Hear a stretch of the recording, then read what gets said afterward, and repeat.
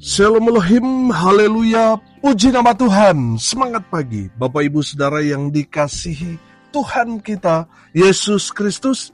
Jumpa lagi bersama saya Pendeta Samuel Mabuntu dalam Renungan Pagi ke 2558 hari.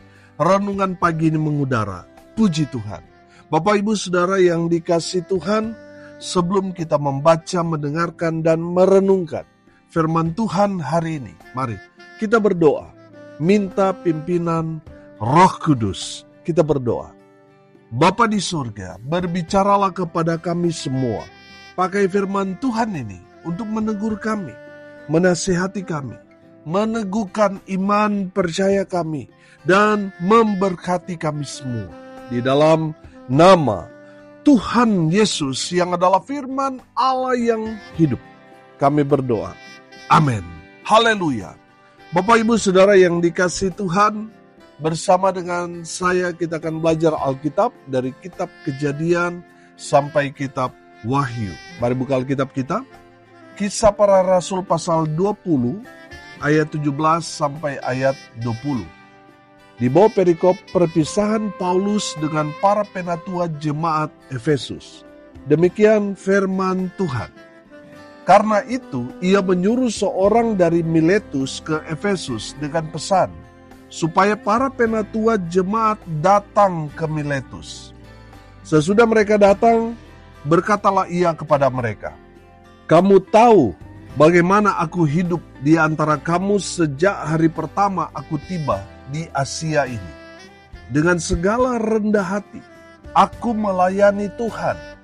Dalam pelayanan itu, aku banyak mencucurkan air mata dan banyak mengalami pencobaan dari pihak orang Yahudi yang mau membunuh aku. Sungguh pun demikian, aku tidak pernah melalaikan apa yang berguna bagi kamu. Semua kuberitakan dan kuajarkan kepada kamu, baik di muka umum maupun dalam perkumpulan-perkumpulan di rumah kamu." Amin, firman Tuhan. Haleluya. Bapak Ibu Saudara yang dikasihi Tuhan, dari kebenaran firman Tuhan ini kita belajar dari Paulus bagaimana hidup sebagai seorang hamba Tuhan, seorang pelayan Tuhan. Seorang hamba Tuhan, hidupnya harus yang pertama menjadi teladan. Amin. Sudah perhatikan ayat 18. Sesudah mereka datang, berkatalah Paulus kepada mereka, "Kamu tahu bagaimana aku hidup di antara kamu sejak hari pertama aku tiba di Asia ini." Saudara yang dikasihi Tuhan, dari kebenaran firman Tuhan ini kita dapat menangkap bahwa Rasul Paulus hidupnya betul-betul menjadi berkat, menjadi teladan bagi murid-muridnya dan bagi jemaat di mana dia berada. Amin. Saudara yang dikasihi Tuhan, sebagai seorang hamba Tuhan, kita itu role modelnya jemaat. Amin. Makanya hidup kita memang harus betul-betul sesuai dengan kebenaran firman Tuhan. Amin. Supaya apa? Supaya tidak menjadi batu sandungan bagi jemaat. Jangan sampai kita ngomong A, yang kita lakukan B. Yang ditiru jemaat, ya apa yang kita lakukan. Bapak Ibu Saudara yang dikasihi Tuhan, Tuhan mau kita sebagai hamba-hamba Tuhan menjadi representatifnya Tuhan di tengah-tengah jemaat. Amin. Bapak Ibu Saudara yang dikasihi Tuhan, kita harus menjadi teladan yang baik. Seorang hamba Tuhan, seorang gembala, pendeta, majelis, saudara harus menjadi teladan yang baik bagi jemaat Tuhan maupun orang-orang di luar kita. Saudara yang dikasihi Tuhan, Tuhan mau saudara menjadi teladan yang baik di tengah-tengah kehidupan saudara. Dimanapun saudara berada, saudara harus jadi teladan. Amin. Haleluya. Yang kedua, seorang hamba Tuhan hidupnya harus apa? Rendah hati. Saudara perhatikan ayat 19, di sana dikatakan, "Dengan segala rendah hati aku melayani Tuhan." Haleluya. Bapak Ibu Saudara yang dikasihi Tuhan, seorang hamba Tuhan, namanya hamba, bukan bos. Ya kita harus tahu diri, siapa kita. Kita bukan bos, tetapi seorang hamba. Saudara, kata hamba itu dibawa kata pelayan. Kata babu itu masih lebih mulia daripada kata hamba. Kata hamba itu memang derajatnya sudah paling rendah. Saudara yang mengambil keputusan untuk menjadi hamba Tuhan, saudara harus rendah hati. Amin. Jangan tinggi hati. Sebab kita ini statusnya hamba. Bukan Tuhan. Bukan bos. Tapi hamba Tuhan. Amin. Saudara, karena kita hamba, makanya mental kita itu harus baja, saudara. Saya yakin dan percaya seorang yang memiliki mental hamba Tuhan, dia tidak akan tersinggung ketika dia mungkin dia dihina, mungkin dia dibully, dia tidak akan tersinggung. Amin. Tapi orang yang masih tinggi hati, yang bukan mental hamba, dia pasti akan tersinggung. Saudara yang dikasihi Tuhan, seorang hamba Tuhan, dia harus rendah hati. Dia harus menyangkali dirinya. Amin. Saudara yang dikasihi Tuhan, saya yakin dan percaya, seorang yang memiliki hati hamba, dia pasti dalam kehidupannya dia melayani. Amin. Bukan dilayani. Saudara yang dikasihi Tuhan, seorang hamba Tuhan harus memiliki hati seorang hamba yang siap sedia melayani Tuhannya kapanpun dan dimanapun, dalam keadaan situasi kondisi apapun dia siap melayani. Karena apa? Dia hamba Tuhan. Amin. Saudara yang dikasihi Tuhan, beda dengan orang yang punya mental bos. Dia tidak dapat melayani. Yang dia bisa kerjakan, lakukan adalah dia mendapatkan semua fasilitas, dia dilayani bak seorang dewa. Saudara yang dikasihi Tuhan, saudara yang sudah mengambil keputusan untuk menjadi hamba Tuhan, ya saudara harus rendah hati. Amin. Tidak lagi tersinggung, tidak lagi marah, tidak lagi hidup ego. Saudara sudah menyalipkan semuanya itu. Dan sekarang saudara menjalaninya. Untuk apa saudara? Untuk melayani Raja di atas segala raja. Amin. Haleluya. Bapak Ibu Saudara yang dikasihi Tuhan, seorang hamba Tuhan hidupnya harus rendah hati. Yang ketiga, masih di ayat 19, perhatikan. Dalam pelayanan itu, aku banyak mencucurkan air mata dan banyak mengalami pencobaan dari pihak orang Yahudi yang mau membunuh aku. Saudara, dari kebenaran firman Tuhan ini kita dapat belajar bahwa seorang hamba Tuhan hidupnya harus rela berkorban. Dia harus mendedikasikan hidupnya sepenuhnya kepada Tuhan. Amin. Bapak Ibu Saudara, kalau kita sudah mengambil bagian sebagai pelayan Tuhan, seorang hamba Tuhan, ya kita harus rela berkorban. Banyak yang kita korbankan, baik itu waktu, tenaga, kebanyakan dompet, saudara. Kita harus banyak berkorban. Misalnya di dalam hal memberi, kita yang harus lebih besar daripada yang lain.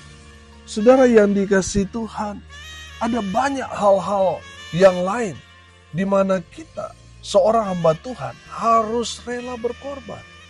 Dia harus mengorbankan kepentingan pribadinya. Dia harus sampingkan itu. Dia lebih mengutamakan orang lain, lebih penting daripada dirinya sendiri. Bapak Ibu Saudara yang dikasihi Tuhan, terkadang seorang hamba Tuhan, dia harus berjuang akan dirinya. Dia mendoakan orang lain mengalami mujizat, tetapi dirinya sendiri, dia membutuhkan mujizat tetapi tidak terjadi apa-apa. Saudara, dia mendoakan orang jemaat supaya mereka diberkati dan benar. Jemaat diberkati, tapi dalam kehidupan sehari-hari dia masih bergumul dengan perekonomiannya. Saudara yang dikasihi Tuhan, seorang hamba Tuhan itu memang harus rela berkorban lahir dan batin. Amin. Kalau saudara nggak siap untuk berkorban, saudara nggak layak jadi hamba Tuhan. Makanya seorang yang dipanggil menjadi hamba Tuhan, dia meninggalkan dunianya.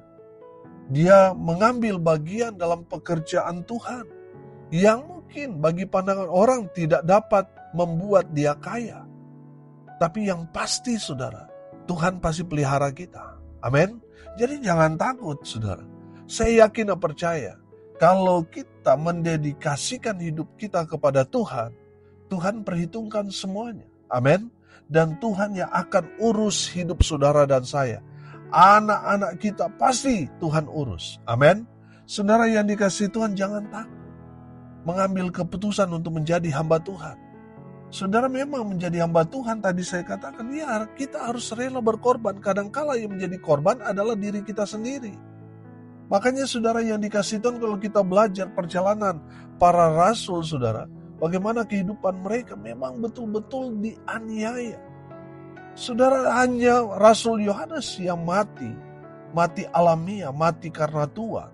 Tapi dalam kehidupannya dia begitu menderita, dia dibuang di penggorengan, saudara, direbus, tapi nggak mati-mati. Rasul-rasul yang lain, mereka semua mati martir, mati syahid, saudara.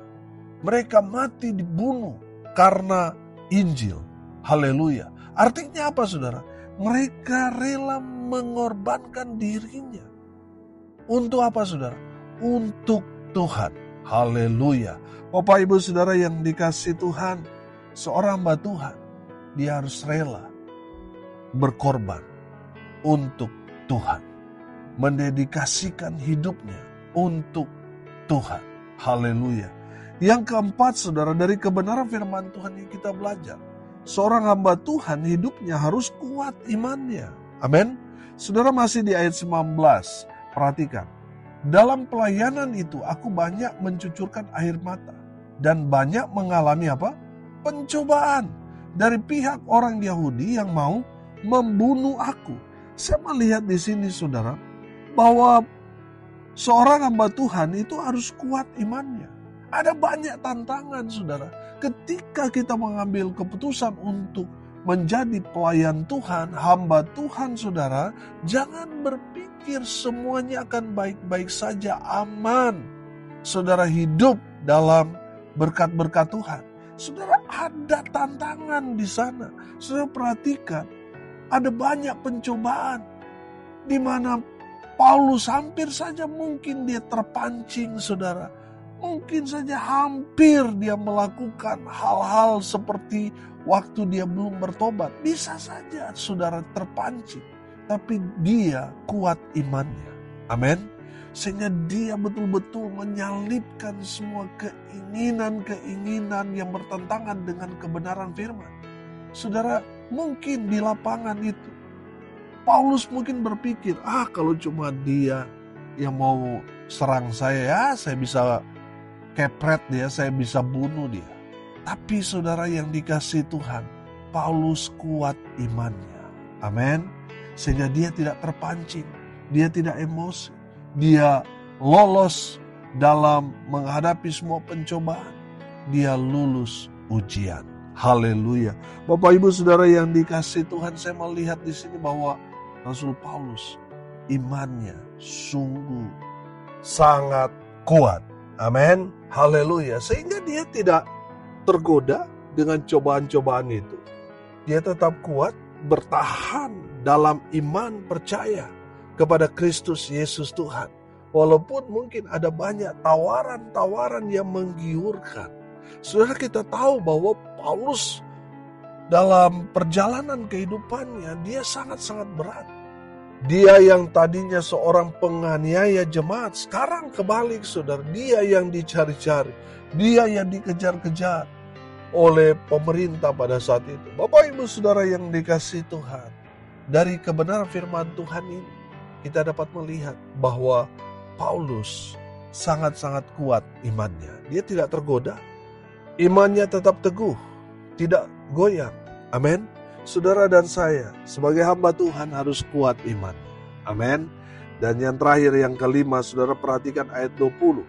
Sungguh pun demikian, aku tidak pernah melalaikan apa yang berguna bagi kamu. Semua ku beritakan dan ku ajarkan kepada kamu, baik di muka umum maupun dalam perkumpulan-perkumpulan di rumah kamu. Haleluya. Saudara, yang kelima, seorang hamba Tuhan hidupnya harus setia. Amin. Saudara yang dikasihi Tuhan, apalah artinya saudara hebat, dipakai Tuhan, punya banyak karunia, tapi tidak setia.